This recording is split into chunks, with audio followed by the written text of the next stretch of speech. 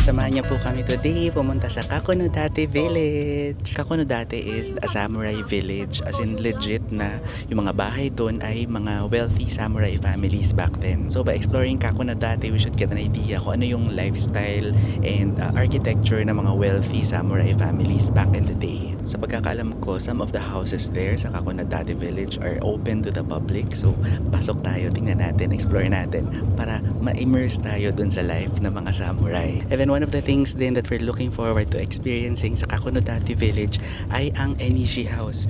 Kasi itong Enishi House, this is a homestay that you can book, pero pwede rin kayo magbayad ng 300 yen lang per person and you get to pet and interact with the Akita Inu dogs. If meron kayong private na sasakyan like us, Kakonodate is 1 hour away from Dormy Inn Hotel. Kung public transport naman gagamitin ninyo, pwede kayong mag-Shinkansen for 1 hour pa rin na travel time, or pwede rin kayo mag-bus. Mas matagal nga lang pag-bus, 2 hours yung ibabayahin ninyo. For the meantime, dalhin ko muna kayo para makita ninyo what to expect, and so you can check if this is something that you want to add in your itinerary. Hello! Okay, nag-stop over kami saglit dito sa some area here sa Senboku District. On the way to Kakonodate kasi meron daw game center here na maganda daw. This is the Kakonodate Game Center Corner. Ganon. Parang the old one. Kasi ito, luma na daw talaga to. So, pwede kayo mag-stop over here, kain, laro muna ng games, ganon. So, paano siya naging game center? Ito, puro mga iba-iba klaseng vending machines. So, merong vending machine for chips, meron for drinks, meron for chocolate, meron for ramen, cup noodles din meron, and mga ice cream, vending machine for ice cream. Ito ay energy drink. Hala, they have everything. Ayan, syempre yung mga the usual na mga inumin. And then ito yung game center na arcade na luma. Oh, check natin Take of time. Oo nga, para tayong nag-time travel. Tingnan nyo. Ayan sa mga pelikula ko lang dati nakikita yung mga ganitong arcade na makaluma. Ayan guys. And then may pachinko din dito sa kabila. Kahit yung slot machine nila, tignan nyo. Ito yung makalumang slot machine na talagang ipupull mo yung lever. Tapos mga 6 minutes walk from dun sa Kakonodate Game Center Corner, meron tayong pupuntahan na store na may nabibili daw dun na soy sauce na ice cream. So gusto ko yun matikman kasi na-try ko na rin yun before na kung anong condiments nilalagay sa ice cream. Masarap naman. Ito, dadayuhin daw talaga namin. 6 minutes walk siya and then tikman natin kung anong lasa ng ice cream na yun. Masarap ba siya?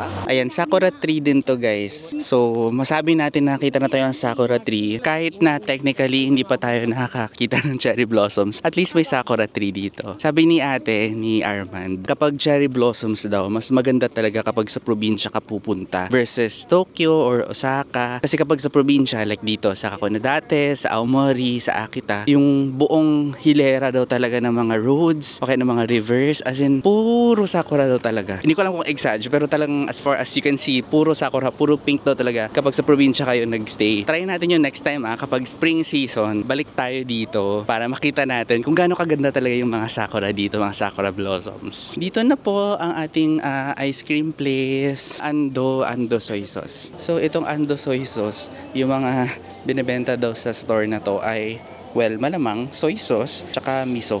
So yun daw yung specialty nitong lugar na to. But we're not here para bumili ng soy sauce. Bibili tayo ng ice cream na may soy sauce. Ito siya friends. Ito yung ice cream na infused with soy sauce. Ayan siya. It's 530 yen kapag naka-cup. And then 400 yen kapag naka-cone. So try natin both. Naka-cup and naka-cone.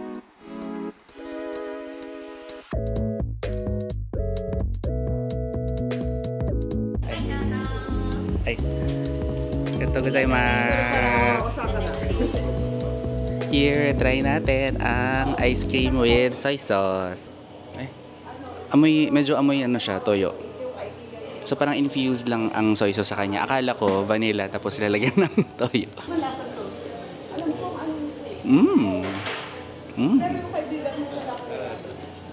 Alam mo yung yung parang soy flavor. Hindi, I mean kasi 'di ba pag soy sauce hindi pag soy sauce 'di ba kasi usually alat. Ito wala naman talaga siyang alat, pero parang may parang ganyan, parang may parang essence lang ng soy sauce. Pero it doesn't taste salty. Oishi, sarap. Matamis pa rin siya. Parang kakaiba yung lasa niya. Ang sarap. It's really good. Ito yung kanilang famous na soy sauce.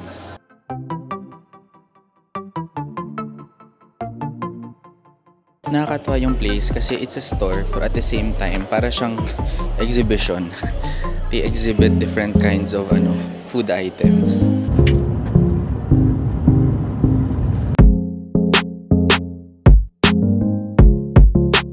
Yung mga puno na yan guys, mga nakahilera na yan, marami dyan ay mga sakura. So imagine kapag spring, kulay pink yan lahat. Ito yung sinasabi ni ate na parang pag springtime talaga, lahat ng daanan nyo ay lined up with cherry blossoms. Ang una natin na papasukan ay ang Ishiguro Samurai Residence. So itong place daw na ito ay one of the most prestigious na samurai residence dito sa Kakunodate. So medyo yayamanin ang mga nandito, yung Ishiguro family.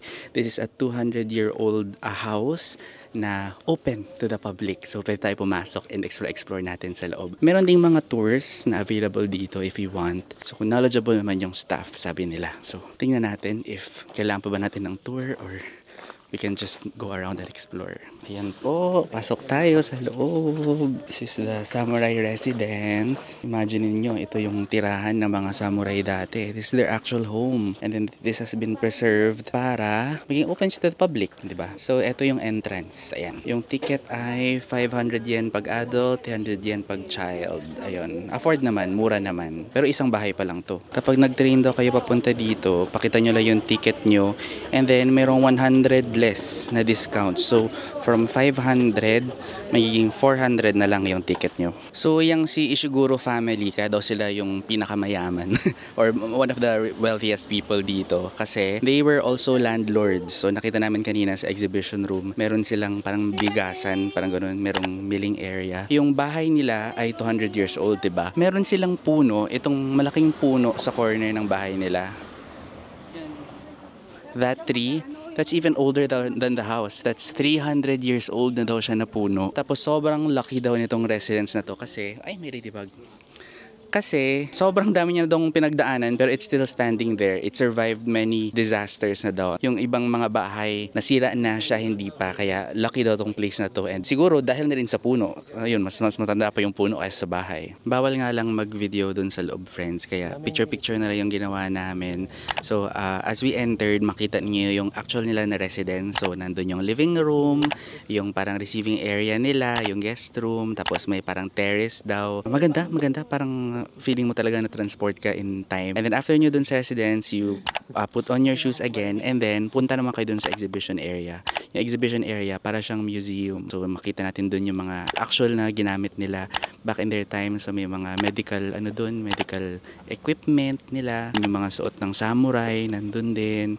Binibigyan din daw sila ng mga kimono before, yung mga samurai aside from the armor. Tsaka yung mga samurai swords, nakita din natin kanina. Kasi tingnan niya, dito sa likod ko merong, ay hindi kita, pero may mga nagre-rickshaw din dito. So pwede kayo mag-rent ng rickshaw tapos hihilahin nila kayo as you go through the village.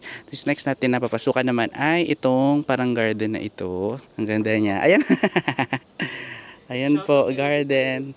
Hello po, Cyrus. Shout out kay Cyrus.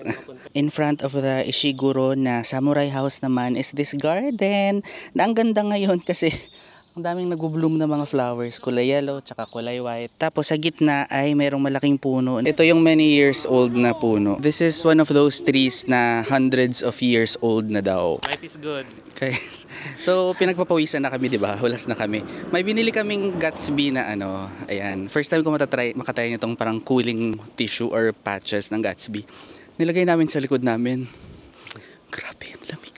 Ang lamig pala talaga. Portable aircon. Oo, totoo. Parang may nag-blow na aircon sa likod mo. Ganun kalamig. Parang nasa Grabe. ref. Ganun. Parang gusto ko rin lagyan ng yung mukha ko, yung dibdib ko. Effective pala talaga itong mga cooling products na to. Ayun yung ginagamit nilang cooling wipes. Sobrang lamig. Sobrang lamig. Baka naman malamigan yung likod mo. As in OA. Parang may yellow sa likod natin. Maraming mga samurai residences dito. Hindi lang kayo basta-basta pumasok tulad yan. May nakaharang. So, ibig sabihin, huwag tayong papasok dyan, guys. Bawal siya. Kasi not everything naman is open to the public. Mahalata nyo naman kapag open to the public yung place. Kasi, ayan, alam nyong pang turista talaga. This one is more shala na... More shala. Mas may shala pa pala sa Ishiguro family. Ito yung buko niyang Oh, mas malawak siya. 500 yen, 1,000 and 1,500 yen ang entrance niya. Entrance here and then move here. Okay.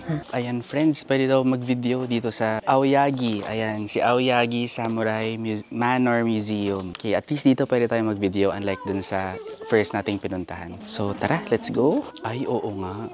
Mukhang mas yayamanin ang Aoyagi Residence. Maganda yung courtyard nila. Ito yung mga nakikita natin na mga bahay sa mga Inuyasha, ganun. Sa mga Demon Slayer. Mga traditional talaga na homes.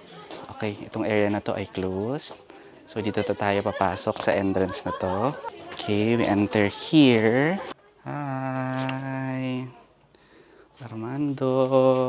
Pasok ka po dito sa tahanan natin. Pasok ka lang po. Huwag kayong mahiya. Careful dito ha. Exhibit daw yan.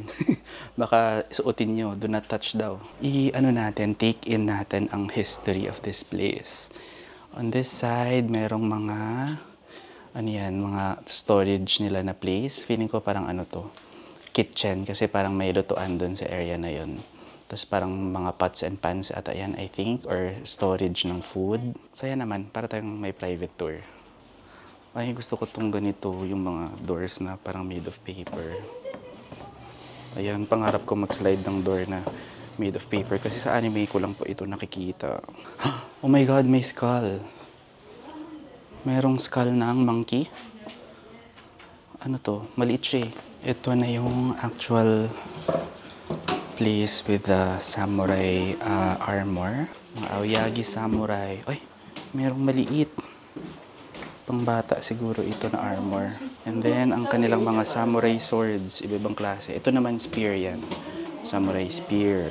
Mga knives. Ito yung mga simbolo nila. Oh. Parang yung mga hidden village. Oh, may sharingan. Ito siya kakaiba yung mask niya. Ito namang armor na to guys. Ito daw yung family heirloom with a Takeda Shingen styled helmet. Yan, yung parang half moon helmet na yan. Yung blanket nila ay kimono shaped daw. This is the blanket that they use for sleeping. Ito yung kanilang spear. Ang haba pala ng spear. Pwede daw to i-lift guys. Try natin ha. Lift slowly. Okay. Medyo siya. May weight talaga siya. Hindi naman super bigat. Madali pa rin i-maneuver. Pero amazing. Oh, na-lift ni kuya mo. The Spear of Destiny sa Evangelion. Galing interactive. Sige, lift mo. Hayo! Wow! First time mo humawak ng actual samurai sword. Friends, kunwari ako si Ichigo. Ay, ayan siya. Oh my God! This is what a samurai sword feels like. Mabigat siya, friends. Bangkay! Diba? Ma-release ang ating spiritual pressure. Wow! Oh my God! Ang aliwalas dito sa labas. Sa loob medyo stuffy, pero dito, ay ang ganda naman. Ang ganda tumira dito. Gusto kong lumipat dito. This is the garden, guys. Ayan o. Meron pa dyan. Ito ay parang spring. Guys, ang ganda ng garden. Imagine niyo, this is just part of the residence. Diba? May ganito kayong garden sa bahay. Ang syakala. So, parang ito nga yung bougie na household. Diba? Ito siguro parang warehouse na to. Yan. Yan. May sarili silang ganyan. Peaceful. And you can hear the crunch of the pebbles under your feet. Hindi pa pala tapos ang exploration. Meron silang sariling rickshaw. Ito yung equivalent ng meron kayong kotse, ganyan. Merong restaurant. Ayan, yung food nila ay, I think mga set meals or bento. Ganyan. Ito, may mga bento. So parang museum nga talaga to. Na-transform na nila yung bahay into something na parang tourist attraction. And may mga, mga kabuki performers. Parang mga kabuki performers yata yan. Meron din silang torii gate over there. Ito ay shrine. Ayan, same yata to na mag-aalay ka rin ng coins. Pasensya na po, wala na po akong coins. And then, andyan ulit yung mga fox. Yung mga god nila na foxes. Ayun, so napuntahan na po natin yung Ishiguro House, tsaka itong Aoyagi Residence. Ang pagkakaalam ko, marami pa ditong mga preserved na residences na ginawang open to the public. Hindi ako sure, pero parang 6 yata. So, marami kayong ma-explore here actually sa Kakunodate. Yung dalawa na puntahan natin, yung isa more parang humble and more rustic. Mhm. This one, tong Aoyagi, parang na-turn na siya into actual. Parang museum na, Oo, no? museum. Parang exhibition area na siya. Oo. Yung next naman na pupuntahan natin, dito pa rin sa Kakunodate area, ay ang Inishi House. So, si Inishi House, this is actually para siyang homestay. Tapos, pwede kayo mag-book. Selling point nila doon is, when you stay there, you stay with 2 Akita Inu dogs. So, makakasama nyo sila sa morning walk nila, sa meals nila, ganyan. Mag-book sana kami ni Arman ng stay doon. Pero, dahil maliit lang siya na homestay, lagi siyang fully booked. Parang dapat months in advance kayo nag-book. Pero, the good thing is, pwede pa rin kayo pumunta sa Inishi House and pet the dogs for like mga 300 to 500 yen lang yata yung babayaran nyo. Tapos, pwede nyo na makausap makausap talaga. Pwede nyo makasilamuha yung pet dogs nila doon. Meron silang 2 Akita Inu na dogs. Ito na guys, nakikita ko na si Enishi House. May label naman na Akita Dog. May nakalagay here, Akita Dog. Kaya pasok tayo dito sa Enishi House. Ayan yung kanilang details if you want to book a stay here. But for only 300 yen, meron tayong meet and greet with the Akita Dogs. 300 yen per person, about 10 minutes. Ay, ito yung nakita ko sa YouTube video. Na dito tumatambay yung mga inu. Ayo, with the 300 yen Akita? Yes? Yes. Okay, we can. 300 Japanese yen? Yes, Per yes. person. Ayan, medyo amoy ko na yung mga dogs. Magpunas-punas tayo guys kasi nakakaya naman sa mga aso. Mutsu-san and Kenta-san. Hi. Each side is Here. Sucha is a boy. Oh boy. One is a girl. Okay. Genta. Sucha. Ay, boy. Shucha. The another one, the Fujiko-san. Fujiko-san. Okay. Hello, Sucha. Nice to meet you. What's his name? Sucha? Sucha. Maybe he's getting more sleepy. More sleepy.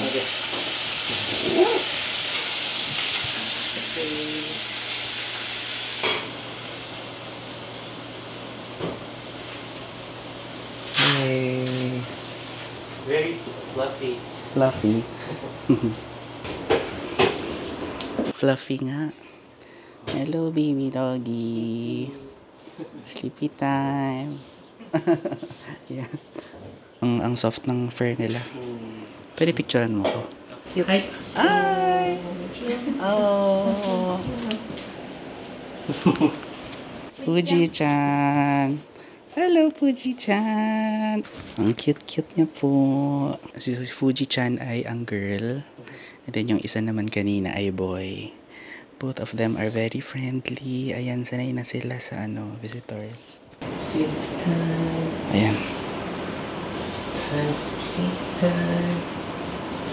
So, meron din sila ditong mga Akita Inu na stuffed toy. Pwede nyo rin bilhan ng treats, yung mga Inu dogs. Ayan, gusto mo yon. Akita des. They're so cute. Super cute, no? Ang ganda na experience, no, sa Enishi House. So For cute. 300 yen, parang ang cute ng mga aso. Parang the best way to spend your 300, right? 300 yen. 300. Yes. Tsaka medyo unique siya na experience dito sa Kakunodate. Kasi madalas mga exhibition rooms, mga museum sa Kakunodate. Dito, may interactive kayo na dog petting with Akita Inu. Super nice nung Lady. Lady. Oo, yung Oo. landlady. And yung dog, si Fujiko-san. Fuji-san. Basta Boy the dog. 2 dogs kasi nakakita na ako ng Akita Inu before and all of my encounters have been with aggressive Akita Inu. Oo, pero sila Pero ang ito as friendly. in friendly and docile, as in okay lang kahit ipet mo sila. Yes. Ganyan. So last month actually, tinatry namin mag-book here. Pero yun nga, sa website nila, parang fully booked for many months. Kaya ayun, we settled for ito muna, si dog petting muna. Pero okay na rin, kasi ang cute ng mga aso. Oo. Kapag nagstay kayo dito, aside from petting the dogs and an accommodation here, pwede nyo silang samahan sa morning walk nila, mga ganon, over their meals, pwede nyo sila bilhan ng food, food, ganon. Cute. Puntahan nyo to dito kapag bibisita kayo sa Kakonodate Village. Ayun, kakaalis lang po natin from Kakonodate Village. Ang next stop naman natin sa ating Akita tour ay sa Tamagawa Hot Springs, no? Tamagawa Hot Springs.